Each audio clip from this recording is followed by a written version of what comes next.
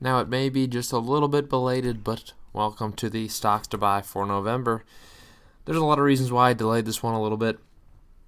So, for one, obviously, we saw the first Tuesday of the month was, 3 days in, we had an election.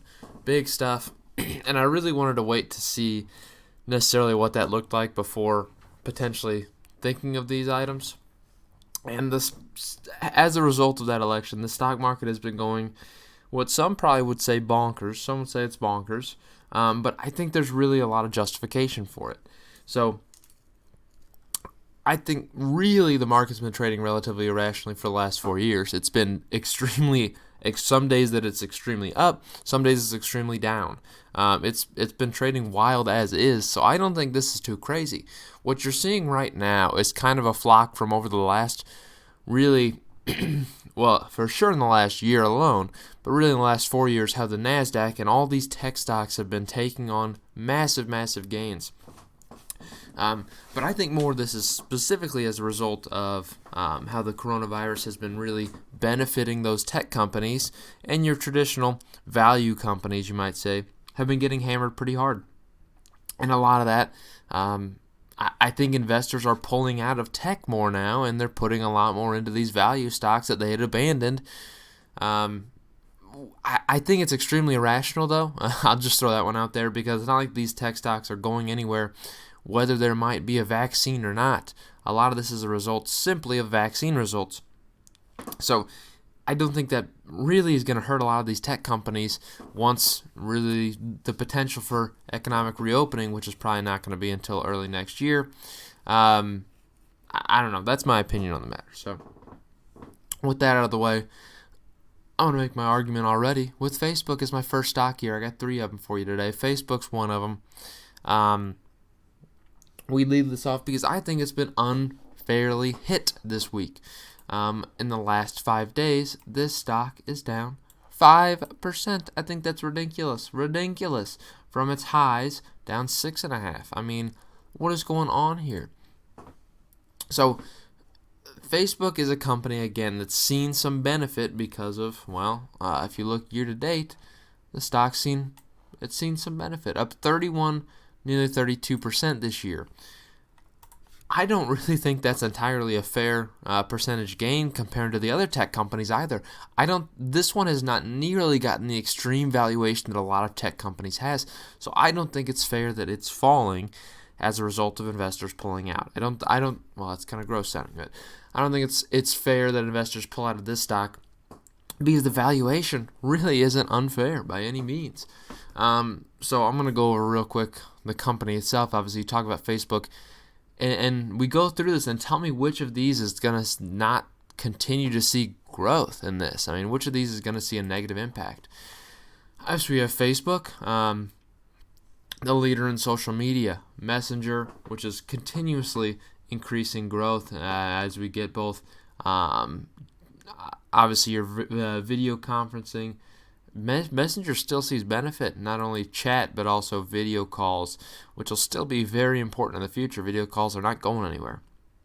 Instagram, one of the best investments ever made, not going anywhere. People are still going to be using social media just as much as ever. Instagram's going nowhere. WhatsApp, got to argue, not going anywhere either. I don't see how this could lose any sort of benefit at all. I'm just going to throw that one out there. And then Oculus as well, another one. Virtual reality is not going to see a negative impact because of this. Gaming has seen massive growth, but I think in the future still, Oculus is not going to be seeing a negative because of this. Just frankly honest with you. Yeah, Oculus is not going to get hit. I don't think any of the Facebook companies, which Oculus is even minor impact. Really, you're mostly looking at these top 4. I don't get it. I mean, I don't think they deserve to be down. You even look at the most previous earnings. There was fear at the start of the year of ad rates because a lot of these companies shut down. They couldn't spend on ads, so ad rates fell. But this most recent quarter, they posted, first off, an incredible profitability number, $2.71 EPS. Massive beat. But also revenue saw a 21.6% increase year over year, pretty much eliminating the fear of that ad revenue drop. Now, it's still not at the levels it was, so just imagine when you get that 100% recovery in ad rates, just what this company can be doing. Still, just incredible numbers, and the recovery is there, and they're already showing good positive numbers. And then, obviously, I show you their slides as you see the increase in daily active users consistently. This isn't a new phenomenon, and that's my main point to this. The increase, it has grown quite a bit, right? The increase percentage is actually rising over the last 3 quarters because more use. But it's not going to shrink after this. It's not. You can see the trend prior to COVID, still rising. Monthly active users, same exact story. Average revenue per user, it's growing. I mean, this is, in every metric, it's been growing prior to this year. So I don't think there's a fear that this run-up was only because of people buying heavy in tech because of COVID. I don't think it is. I think it's unfairly down. You look at the valuation.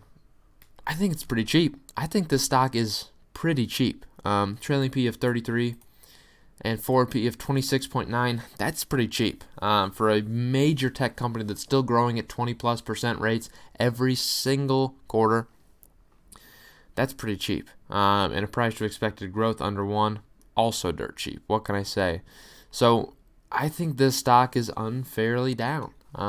You look at the financials and the revenue continues to rise. Not only that, but I love pointing out this net income line.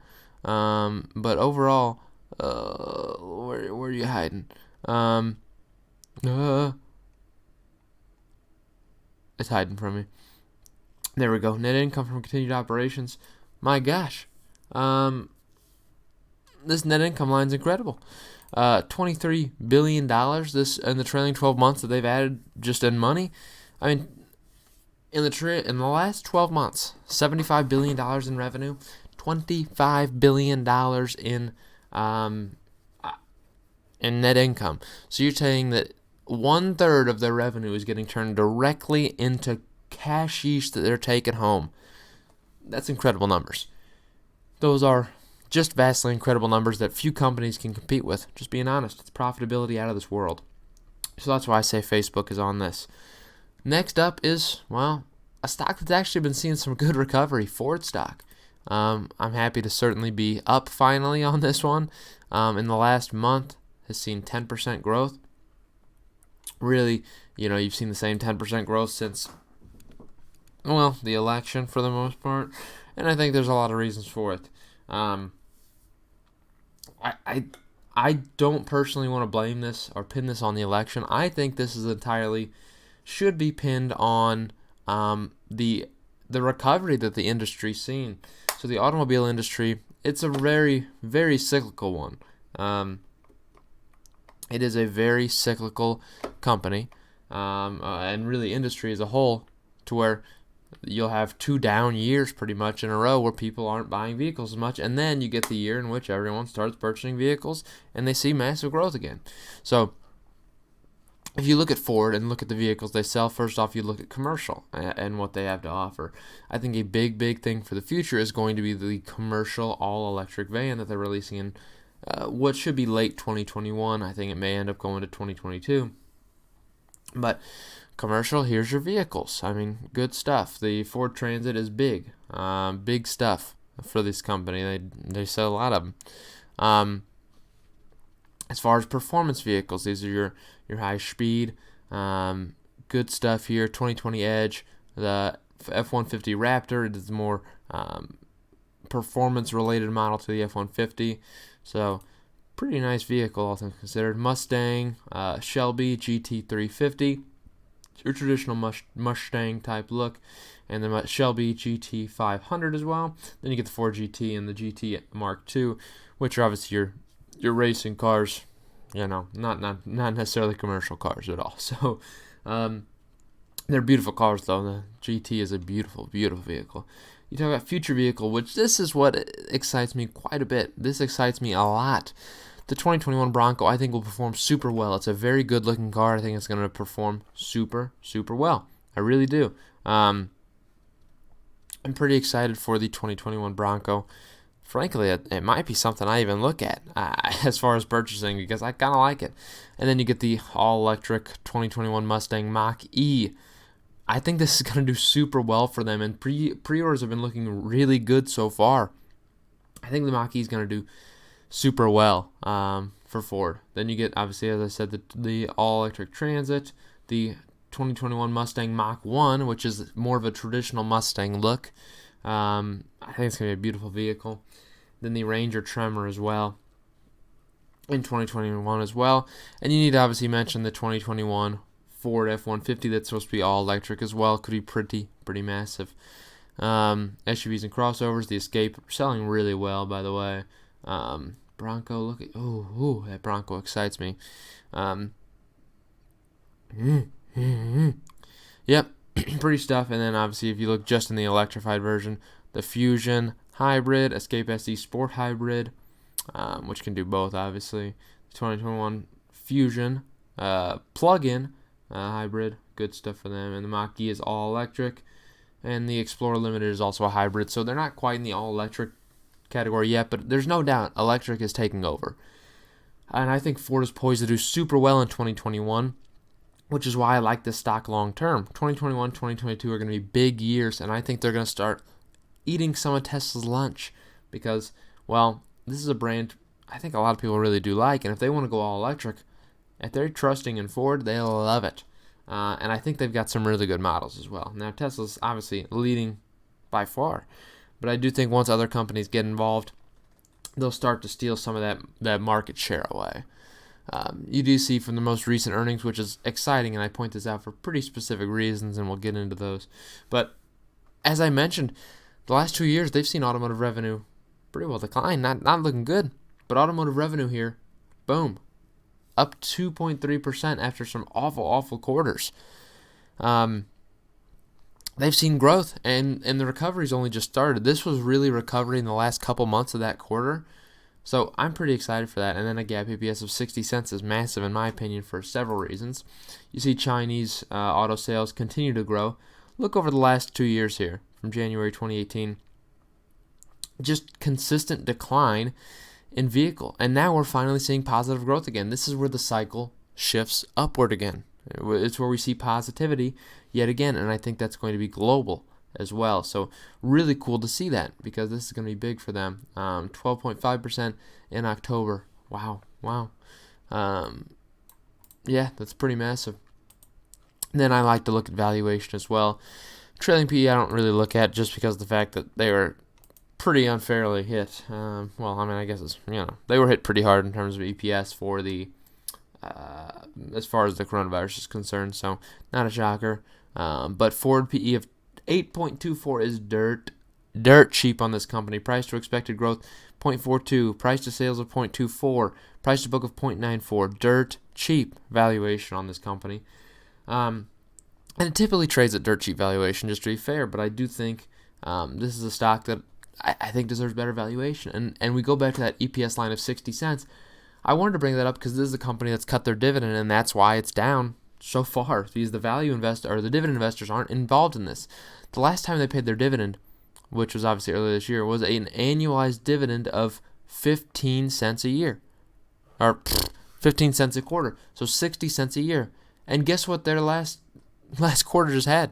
60 cents EPS in one quarter could cover a full year of dividends at the last rate that they had. Now, when they bring their dividend back, I don't think they're going to start at the 15-cent line again. I don't think they are. I think they're going to do a residual growth again. I mean, back in when they had to cut it in 2012, they brought it down to under 5 cents.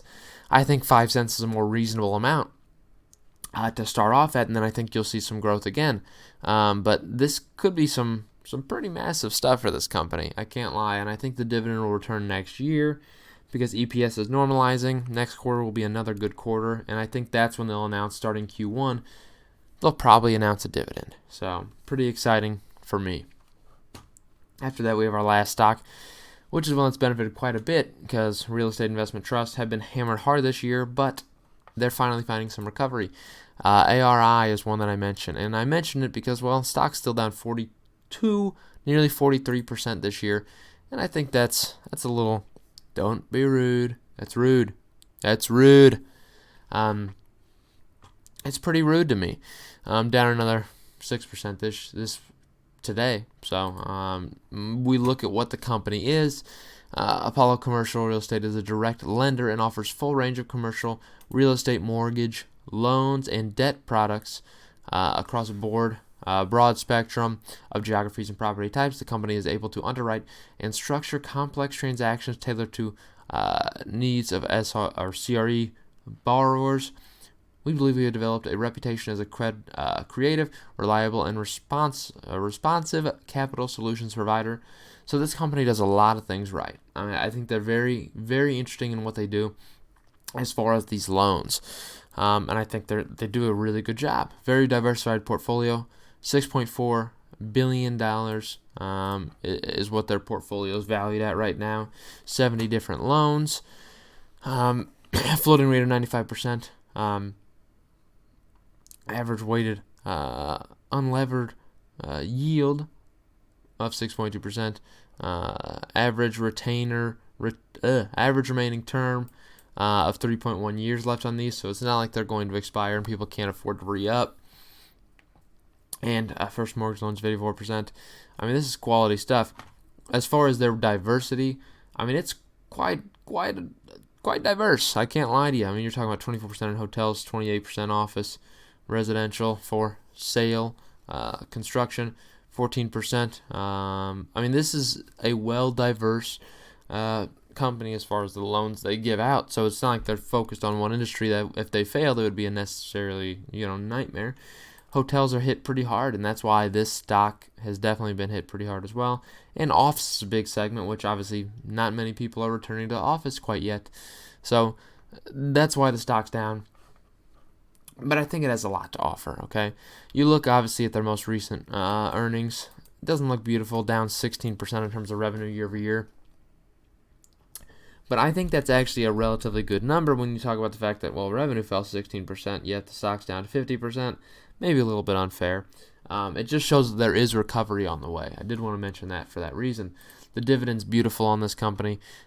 Yield of 12.6% over 12.6%. Now it's over 13% probably after today.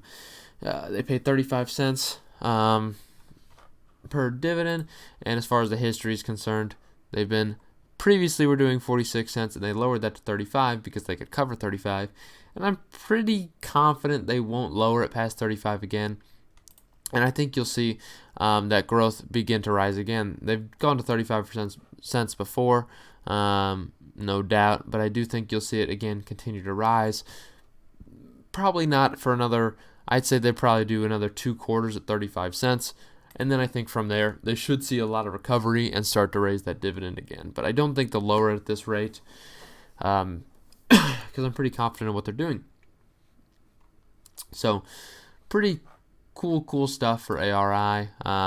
Obviously, you don't really value these things off of PE ratio. It's not fair to, but you do definitely look at price to book. 0.52 is pretty darn cheap, I must say. The stock's trading pretty cheap valuation as far as that's concerned. In the financials, I did want to point this out as well. You see, this stock's been hit pretty hard this year. And revenue saw a decline, but prior to that, there was a lot of revenue growth there, and I do think that will return come next year, which is why I think this is a good long-term hold, and I think it pays a very good dividend in the meantime. That's what I have for you today, and I really hope you enjoyed this, and you have a good day.